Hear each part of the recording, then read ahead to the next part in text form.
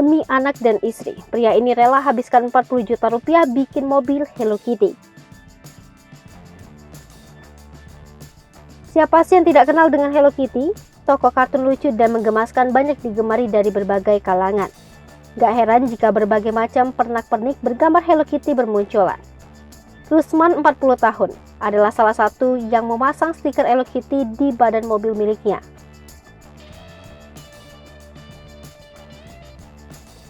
Interior yang ada di dalamnya juga dipenuhi berbagai aksesoris Hello Kitty, mulai dari boneka, bantal, hingga jok mobil.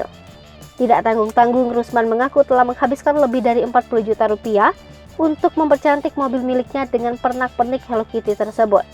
Usut punya usut, ternyata semua ini dilakukan sebagai wujud kecintaannya terhadap istri dan anaknya. Karena kebetulan anak dan istrinya adalah salah satu penggemar berat Hello Kitty.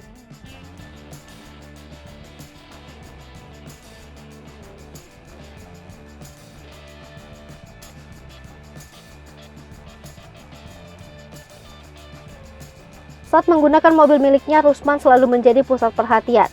Tidak jarang saat berada di parkiran mobil miliknya jadi tempat selfie bagi warga. Mereka bahkan tidak segan untuk meminta izin Rusman agar bisa berfoto di bagian dalam mobil miliknya.